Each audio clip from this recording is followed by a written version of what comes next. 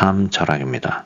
오늘은 왜 하늘은 파란가요? 이 질문에 자연과학과 문학이 답한다면 이라는 주제로 말씀을 나눠보고자 합니다. 이 강의의 부제가 자연과학과 문학은 어떠한 학율인가입니다. 여기에 대해서도 알아보도록 하겠습니다. 앞 시간에 아카데믹 디서플린 학술 규율에 대해서 자세히 설명을 했습니다. 철학을 포함해서 철학, 자연과학, 사회과학, 수학, 심리학, 법학, 신학, 역사학, 문학은 예술의 종류죠. 등등이 있습니다. 이것들이 다 학술 규율이라고 했죠. 즉 사고하는, 지성적으로 생각하는 방법론이라고 했습니다. 그래서 같은 주제와 질문에 대해서 다른 사고 방법론을 통해서 접근을 하면 아주 다른 대답이 나오겠죠. 왜 하늘은 파란가요?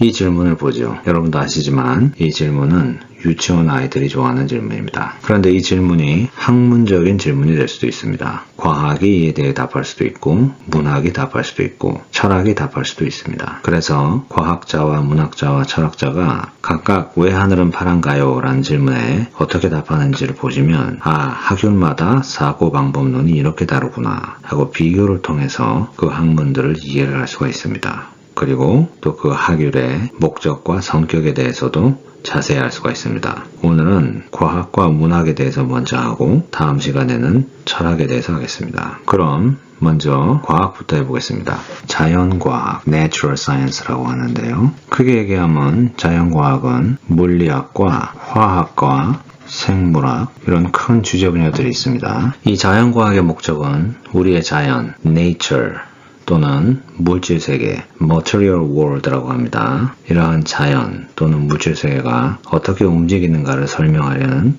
그러한 학율입니다. 자연과학이 이 물질세계의 전체적인 견지에서 이 세상이 어떻게 움직이는가를 설명하는 것을 주제로 삼으면 그게 물리학, 피직스가 되고요. 이 물질세계를 구성하는 입자들과 입자들 사이에서의 관계와 작용을 주제로 삼으면 화학, 케미스트리가 되고요. 그리고 이 물질세계에 생명을 가지고 있는 개체에 대한 연구를 주제로 삼으면 바이올로지, 생물학이 됩니다. 그죠?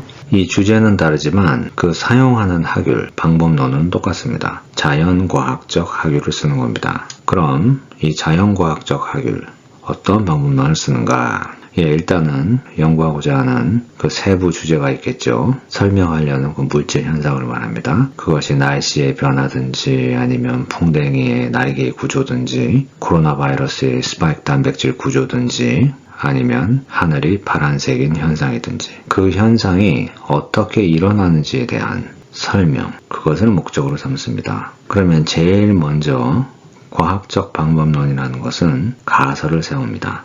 이 가설은 본인이 생각하기에 과학자로서 이 현상이 어떻게 일어날 것인가 라는 추측입니다. 그래서 그 추측을 가설이라고 하죠. hypothesis. 그리고 그 hypothesis를 experiment를 통해서, 실험을 통해서 그 실험이 성공을 했다 이렇게 확신이 들면 그 가설이 이론이 되죠. 그래서 그 이론이 이 연구의 결과가 되고 그 이론이 곧 그 현상에 대한 과학적 설명입니다. 제가 지금 말씀드리는 것은 사실 중고등학교 때 우리가 다 배우는 건데요. 일단 대학에 와서 여러 가지 공부를 하고 시간이 지나고 하면 이 기본적인 과학이 무엇이라는 거에 대해서 다 까먹게 됩니다. 그러기에 베이직으로 돌아가서 이것을 항상 생각해 볼 필요가 있습니다. 그럼 지금 우리가 관심을 두는 것은 왜 하늘이 파란가 라는 그 자연 현상입니다. 이 질문을 자연과학을 가르치시는 교수님께 했다고 칩시다. 그러면 이 교수님께서 이렇게 설명할 겁니다. 하늘이 파랗게 보이는 이유는 태양에서 여러 가지 색을 가지고 있는 빛이 대기를 통해서 우리 눈으로 쫙 들어오는데요.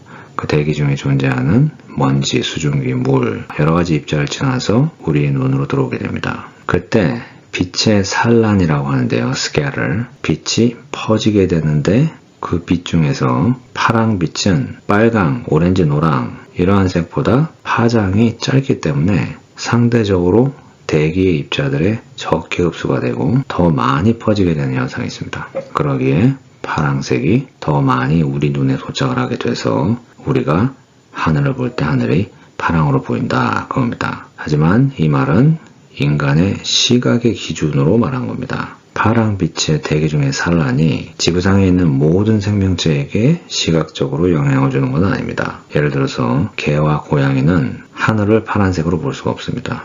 우리가 보는 파란 하늘을 개는 회색으로, 고양이는 연두색으로 봅니다. 이는 동물학적으로 종에 따라서 다른 색상환, 컬러 스펙트럼을 받아들이도록 눈이 디자인이 그렇게 되어 있기 때문에 그렇습니다. 우리 인간의 눈은 빨주, 노초, 파란, 보라는 색깔을 받아들일 수 있도록 눈이 그렇게 디자인이 되어 있습니다.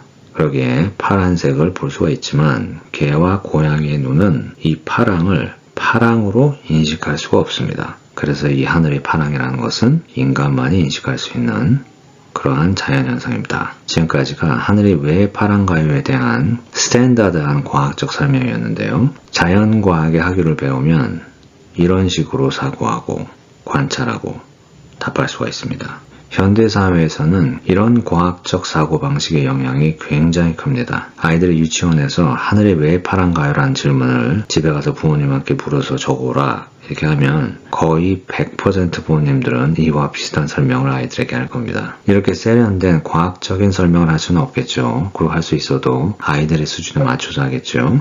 제 포인트는 대부분의 우리들에게는 과학적 설명이 정답으로 되어 있습니다. 이렇게 과학적 학율의 영향력이 현대사회에서 크다는 겁니다. 하지만 정확하게 얘기하자면 이 과학적 설명이 유일한 설명은 아닙니다. 왜냐하면 다른 식으로도 설명이 가능하기 때문에 그렇습니다. 그러면 예술의 경우로 한번 보겠습니다. 예술은 과학과 정반대의 사고 패턴을 가지고 있다고 볼 수도 있습니다. 그래서 좀 컨트라스트를 드리기 위해서 정반대의 학율을 제가 골라봤습니다. 먼저 현대 대학에서 정의하는 학율의 입장에서의 예술에 대한 정의를 한번 해보겠습니다. 예술은 아름다움을 설명하려는 시도입니다. 이게 예술의 정의입니다. 과학과 예술에 공통점이 있다고 한다면요. 둘 다 이 세상에 있는 어떠한 현상을 설명하려는 시도입니다. 그런데 그 주제를 과학은 물리적 현상을 설명하려고 한다면 예술은 아름다움이라는 현상을 설명하려고 합니다. 그래서 예술은 이 세상에 존재하는 아름다움의 현상을 찾아서 그것을 설명을 하려는 겁니다. 그럼 어떻게 설명하느냐? 자유함을 통해서 합니다. freedom, 자유함.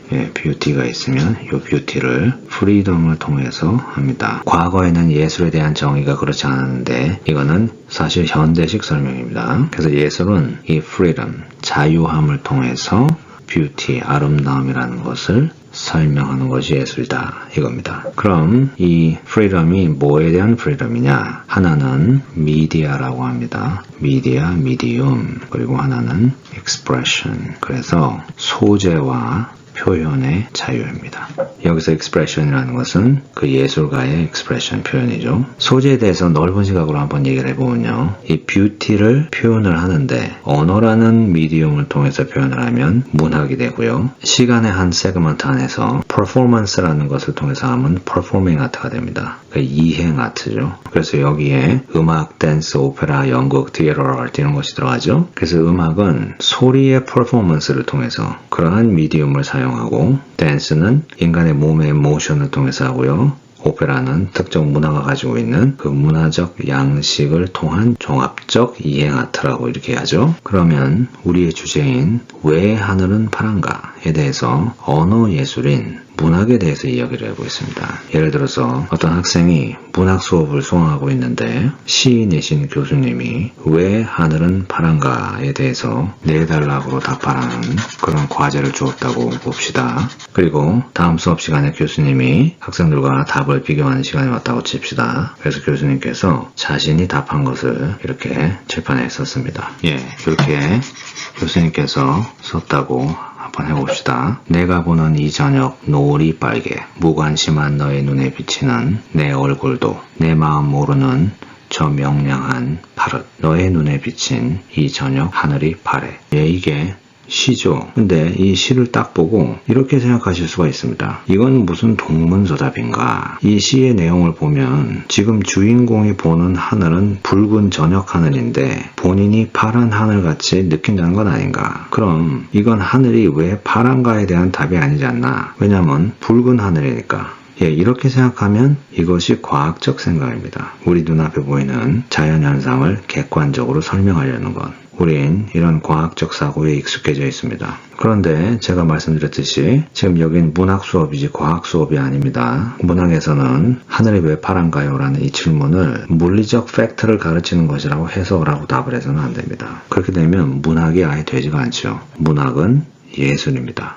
그래서 그 상황 속에 숨어있는 아름다움을 찾아내서 이를 표현하는 것을 목적으로 합니다. 이 시에는 짝사랑을 하는 사람이 자신의 마음을 알아차리지 못하고 무심하고 명랑하게 자신을 바라보는 그 상대를 바라보는 자신의 심정을 표현한 겁니다. 자신의 이 간절함이 지금 그가 보고 있는 노을진 붉은 저녁이라면 그 상대의 무심함과 명랑함이 대낮의 파란 하늘과 같이 느껴진다는 거죠. 참 아름답죠. 문학에서는 이런 식으로 사고를 해야 됩니다.